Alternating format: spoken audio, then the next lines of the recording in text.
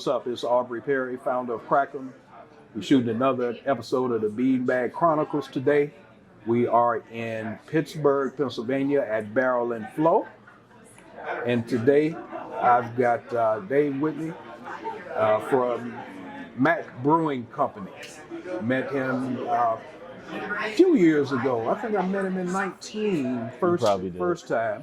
And then again last year at Barrel and Flow. So I wanted to chat with him today and talk to him a little bit about his experiences going around and visiting breweries. So thanks for joining us today, Dave. No problem, no problem. Thank you. Yeah. So tell me, how did you get started into craft beer? Man, I started probably younger than I should admit. And the thing was, I just always loved craft beer and just the feeling you got from it. Like it was. I would always go out and I would always see and hear our culture, but I wouldn't see us. Mm-hmm. And then when you see people that drunk beer, they didn't venture off into the craft beer side. Mm-hmm. So that's what made me like really, really interested in it. Yeah. Now you went from being a fan, being a consumer, to being a brewer. So how did that transition happen? It's still happening. The transition is still happening because we don't have a brick and mortar as of yet. We're still working on that, and the main focus that Mack Brewing Co. is doing, we want to be in our community. We don't want to. It's no secret that gentrification is happening in every urban community. I don't want to be a part of that gentrification. You know what I'm saying? Black people drink beer, black people buy beer, black people enjoy beer. I want to be in my community, not only because of just to try to show the value within our community, but to show people it's other ways of being successful in our community other than, sports and entertainment. Yeah. The arts is something, the art spans out past being a rapper or a singer, and being a brewer is being an artist, because you have the opportunity, just like a chef, they're an artist, and we don't see it that way. And I want to be able to shine a light on, the black side of craft beer. Yeah, that's cool, and that's different and real noble that you want to do that, because you recognize what's happening and you want to be part of the solution. Mm-hmm. And you want to truly be not just talk the fact, but you actually want to be a part of that solution. So absolutely, that's pretty cool that you're doing that. Now, your experiences as far as going to a brewery, I know your experiences are going to be different because you know a lot more about the process of brewing and things like that. But still, I'm sure you face the same situations as most people when you walk into an establishment. There's not many of us there. So can you tell me about an experience that you've had where you might have been, or the situation was uncomfortable? I've had a lot of those experiences. I think anybody here at Barrel and Flow can give you a lot of the bad experiences. Being black, being interested in beer, wanting to learn more about the process, and people just kind of giving you that cold shoulder. You see what I'm saying? It's like a lot of things that we do as a culture. We invest a lot of money in a lot of different industries, and they don't respect us. So going to a lot of these breweries, and this is one of the main reasons why we haven't really found a spot to contract brew out of, because they may not remember. But being young and drinking beer and going out, I remember going to these places and having terrible experiences. Not because I was rude or anything like that. Just bad experience because of what I look like. Right. I refuse to make money with you, spend money with you, or anything like that. And I think that's why places and things like Barrel and Flow are important, because we have to identify who our allies are and who we are as a people and as an industry. to keep growing. So to answer your question, excuse me, I know I went off on a tangent. Breweries, visiting breweries now, of course, because I'm a part of this Mack Brewing Co. brand. It's been pretty dope. It's been nice, and I like the experience that I'm receiving. But typically, when I go to breweries, I don't wear a shirt.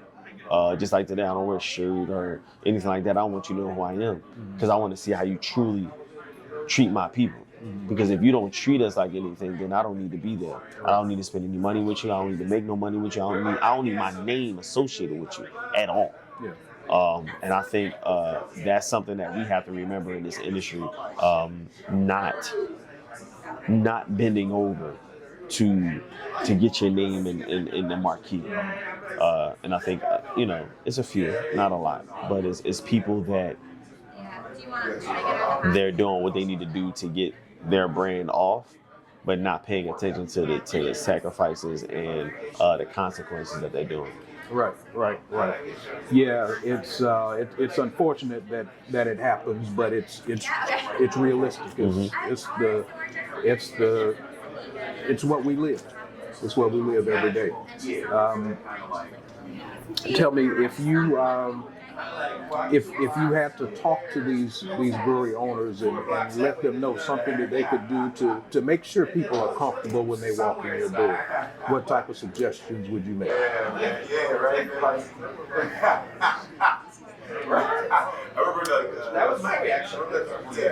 I don't know if I have suggestions. Okay. I think the number one thing, as anything else, just be a decent human being.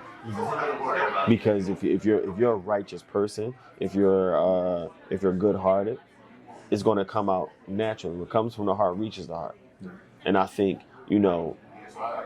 for us, it's always black people. They have to tell people or show people how to respect them or what they should do to make us feel welcome. I'm being from Philadelphia. It is a very large Jewish population. You know what I'm saying?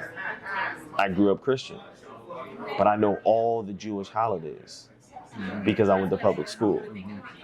That wasn't anything they had to show me. That wasn't anything that a Jewish person had to come and show me how to respect their culture. That was already embedded into the system, into the fabric of the education system. Right. So therefore, as a Jewish person, they didn't have to tell me. It was already there for me. And I feel like that's the same thing that needs to happen when it comes to black people. I shouldn't have to keep telling you how to respect me. You should know how to respect a person. I shouldn't have to tell you how to treat me and honor what I bring to the table because you should already know that. It's something in you that makes you this way, that makes you not look at me as an equal, that makes you not look at me as someone that you can learn something from. So therefore, it's nothing that I need to show you. Right. You just need to be a good person. And I think, the main thing that's happening with America is we're realizing that you're not a good person. So I think that's the only thing I can tell them. Yeah. How would you want to be treated if you came into the establishment? That's basically that's how you want to treat people. We aren't coming. We're coming in to enjoy the craft, to enjoy the experience, just like everybody else. So just treat us that same way. So what's in the plans for Mack Brewing Co.? Oh man, we have two collabs here with us.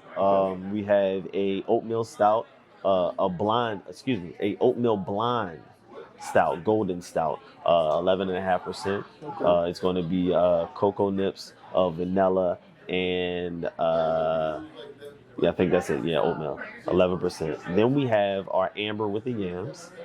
That's going to be with Lipco, crafted culture. So that is the Barrel and Flows. That's the first all black collab. Nice. Three black breweries. Columbus, Ohio, Brandywine, Maryland, and Philadelphia. And we've all came together for that. Amber with the yams. That should be about 14%. Yeah.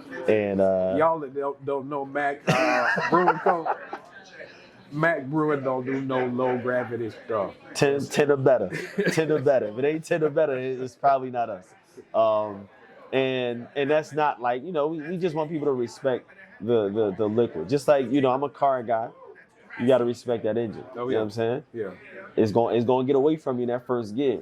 But once you snatch second, it's going to straighten right up. Right. Sip slow, enjoy. We want to be able to sit in situations like this, drink the beer, maybe have a nice cigar, because I definitely do partake in that, and just drink responsibly. That's what we want to bring. A lot of people, they're into the cognacs, they're into the whiskeys and things of that nature. There's nothing wrong with those, but when it comes to that beer, you can have that same effect and sip slow. Yeah. We have to teach people how to drink. I think when it comes to beer, it's an avenue that we forgot that we invented. That's our thing. It's not anybody else's. That's really our thing. Right. So teaching people how to indulge, how to taste the flavors, and just know the different flavors and how deep it can go when it comes to beer. I just had a beer yesterday that tastes like an orange sickle. Mm-hmm. It literally tastes like an orange sickle. Yeah. Like, you can't do that with liquor. Yeah. Right. This is delicious. Yeah.